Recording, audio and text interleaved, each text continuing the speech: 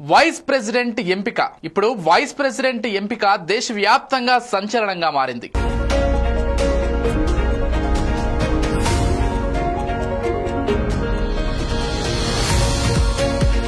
Next కాబోయే ఉపరాష్ట్రపతి ఎవరనే అంశంపై సర్వత్రా సస్పెన్స్ నెలకొంది.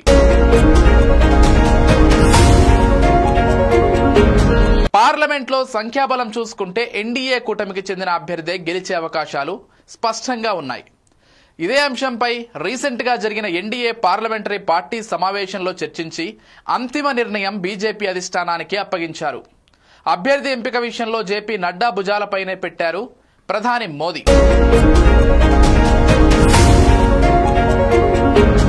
ఉపరాష్ట్రపతి అభ్యర్థి ఎంపిక విషయమై ఆదివారం బీజేపీ పార్లమెంటరీ పార్టీ బోర్డు సమావేశం కానుంది. ఇలాంటి ఉత్కంఠ పోరులో వైస్ ప్రెసిడెంట్ క్యాండిడేట్ ఎవరనే విషయం గురించి పొలిటికల్ సర్కిల్స్ లో చర్చనీయాంశంగా మారింది. వచ్చే నెల 9న ఉపరాష్ట్రపతి ఎన్నిక జరగనుంది. ఇటువంటి ఎన్నికల్లో పార్టీల సంఖ్యాబలాలు ముఖ్యమైనవి. కానీ ప్రస్తుత పరిస్థితుల్లో ఎన్డీఏకు పూర్తి స్థాయిలో మెజారిటీ ఉంది.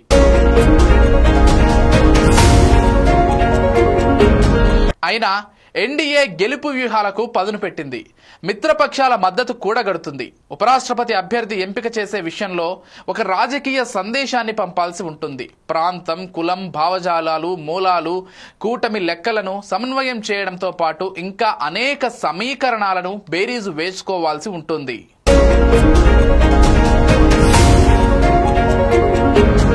రాజ్యసభలో బీజేపీకి 102 సీట్లు ఉండగా మిత్రపక్షాలతో కలిపి మొత్తం 223 సీట్లలో ఎన్డీఏ బలాన్ని 132 స్థానాలకు పెంచింది.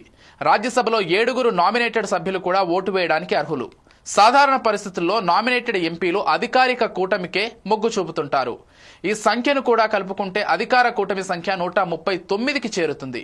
మిగతా సభ్యుల్లో అటు అధికార ఇటు ప్రతిపక్ష కూటముల్లో లేని తటస్థ రాజకీయ పార్టీలకు చెందిన నేతల్లో కొందరు ఎన్డీఏకు సపోర్ట్ చేసే ఛాన్స్ ఉంది. ఇక లోక్సభలో బీజేపీకి 240 మంది సభ్యులు, మిత్రపక్షాల 53 సీట్లతో కలిపి మొత్తం 542 మందితో ఎన్డీఏ బలం 293కు చేరుతుంది.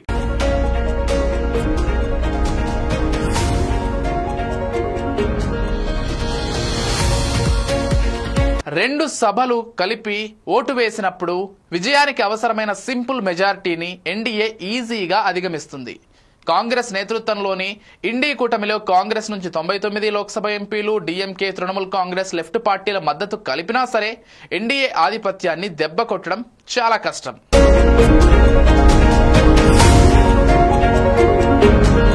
ఈసారి ఉపరాష్ట్రపతి పదవి ఖచ్చితంగా ఆర్ఎస్ఎస్ నేపథ్యం కలిగిన వారికి అవకాశం ఇవ్వాలని నిర్ణయించుకున్నట్లు తెలిసింది.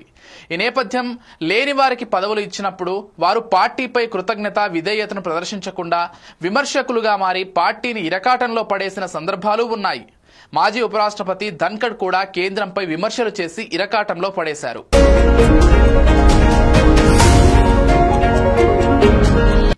ఈసారి అలాంటి అవకాశం ఇవ్వకుండా జాగ్రత్తలు తీసుకుంటున్నారు కమలనాథులు.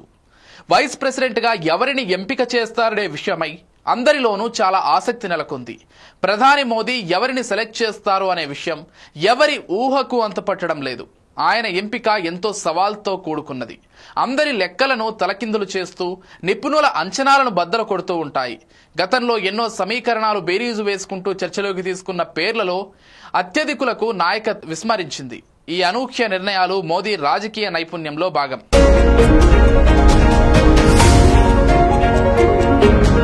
తాజాగా మాజీ ఉపరాష్ట్రపతి వెంకయ్య నాయుడు ఢిల్లీలో మకాం పెట్టి బీజేపీ అగ్రనేతలతో వరుస భేటీలు జరిపారన్న ప్రచారంతో ఆయన మరోసారి రేసులో ఉన్నారన్న చర్చ ఊపందుకుంది.